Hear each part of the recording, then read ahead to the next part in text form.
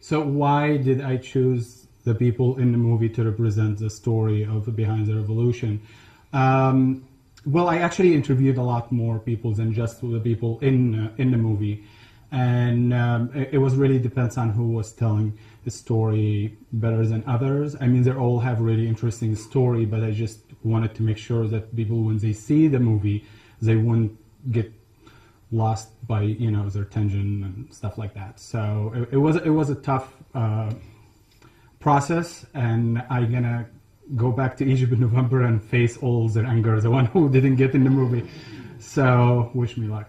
I did try to interview people, as I said, from like all people, but their statement did not really add much. I wanted like more like controversial, like yes, I want him and I will fight for him. But at the time I was there, nobody would say it. People, yeah, the change already, came and people accepting it. And then they were like, yeah, I feel bad for the guy. But it's just they feel bad for him, but they're not supporting his policy, because everybody on any class, different part of Egypt, they really were repressed and they really felt it. And the year before I was in Egypt, one of the things I found it like mind blowing. It was in the summer and it's really hot. The government actually, they're turning green. So what they do is they turn the light in each neighborhood for an hour to conserve energy. That was just like an hour of hell, any time of the day, because we got like 120 degree or something, and they would lie about it. They will say, oh, it's 60. It's just 60 degree, and they will turn the light off, the electricity off. So you get the whole neighborhood is completely black. So I thought that's part of like the torture people were going through, and they didn't feel like they have saying in it. They didn't feel like they can change anything. So when I told them, it's like, why don't you protest? Why don't you, it's like, what do you think, we're in America? So the question is, there was no leader to the movement. Actually, that's true. There was no leader, because the beginning of the movement was about asking Mubarak to kind of change some laws and take the emergency law away. And as she said, they were asking for freedom and stopping all the brutality they were receiving from the police, because the police were just, they were doing whatever they want, basically. The summer before they killed that person, which is Khaled Sayed, everybody were talking about, like, he's the reason why the revolution started. But people on 25th, or actually a couple of days before, they were standing in solidarity to just kind of for that person who died the year before.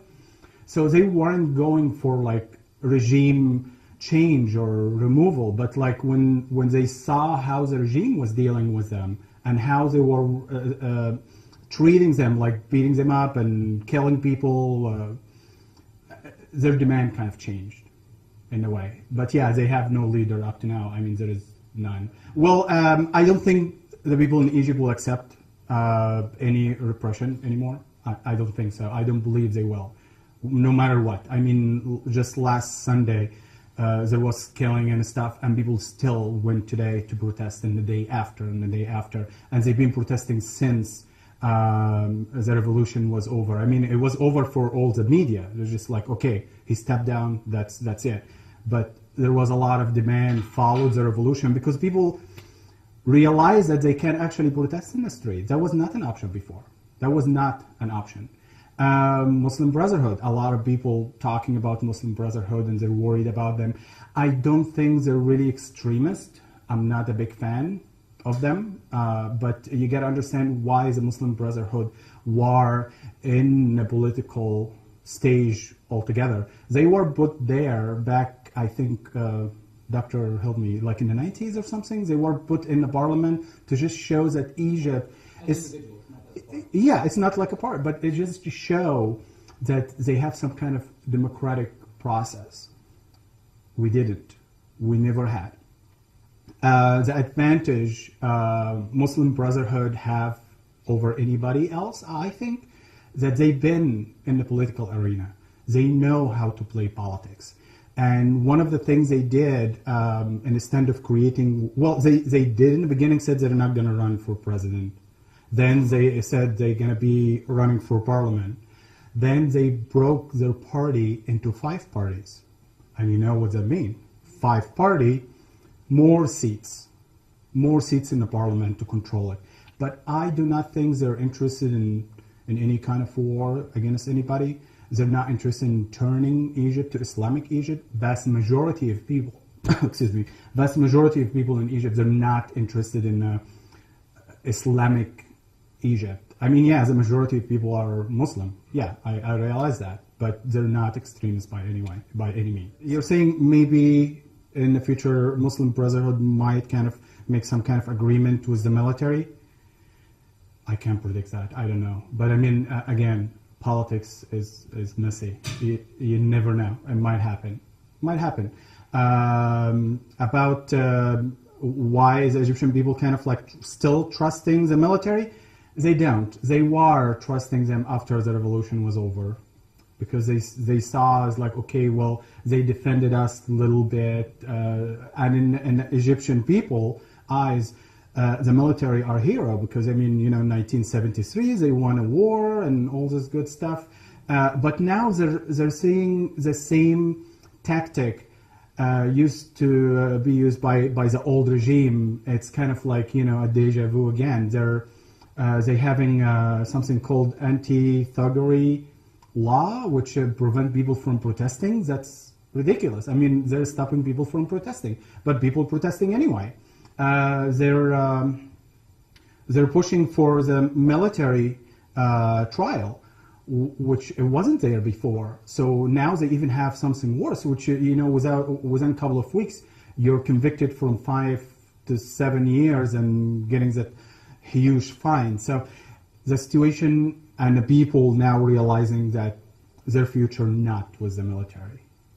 So since you did this in March, and the view of the Egyptian military is still very positive and quiet. Yes. Why didn't you interview some of these people to show them as heroes, or to expose their complicity, particularly in the events of the... Good question, which I did. I actually did. I talked to a couple of people from the military, which they were so happy and so popular, and they're for the revolution. Because you see, okay, when the revolution started, people didn't know where it's going.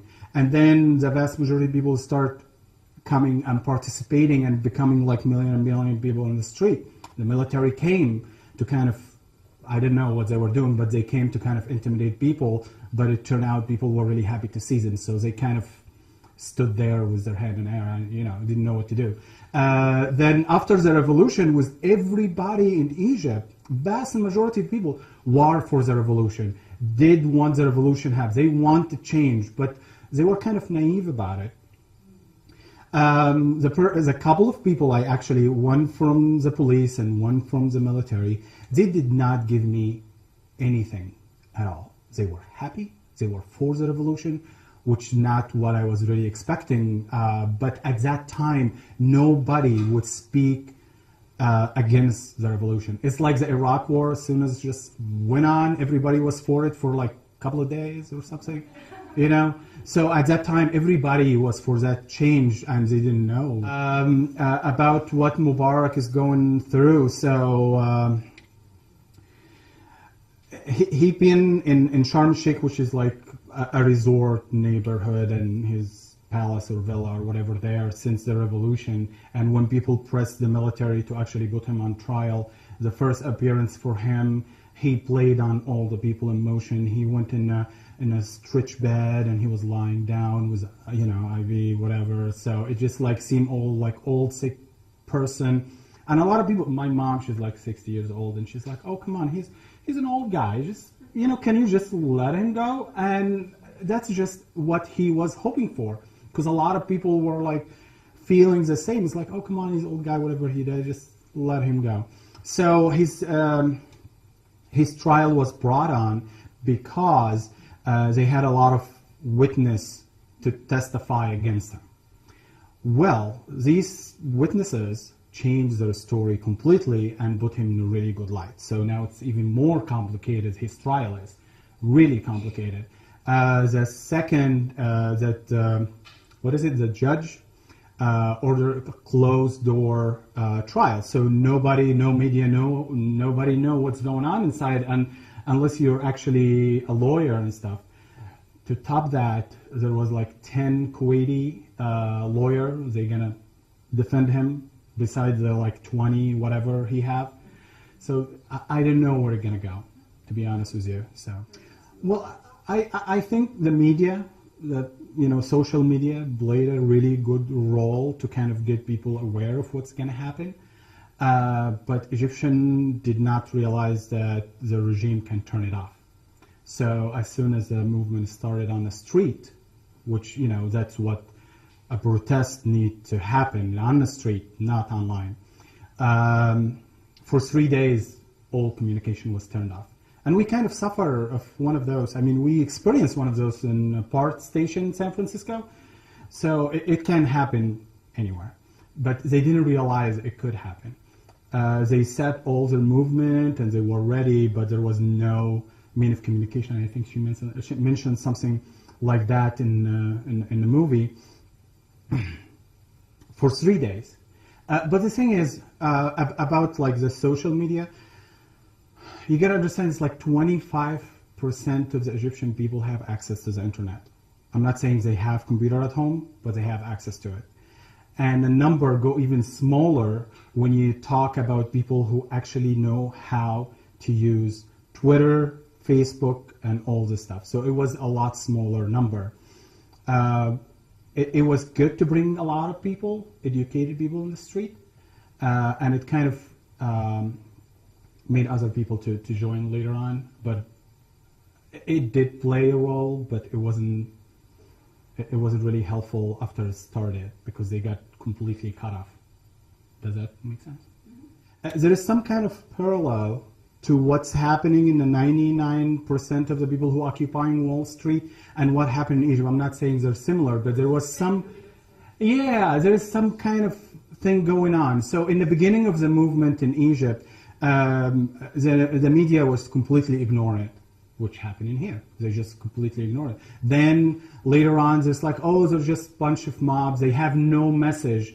And that was like on Al Jazeera and a lot of other people. They have no message. They're just a bunch of people. They have no leader and they have no message.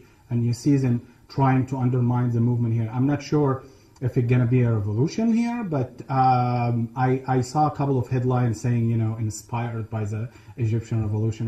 My next movie is going to be about the democratic process of Egypt, the new democratic, which we didn't have for forever. Never had one.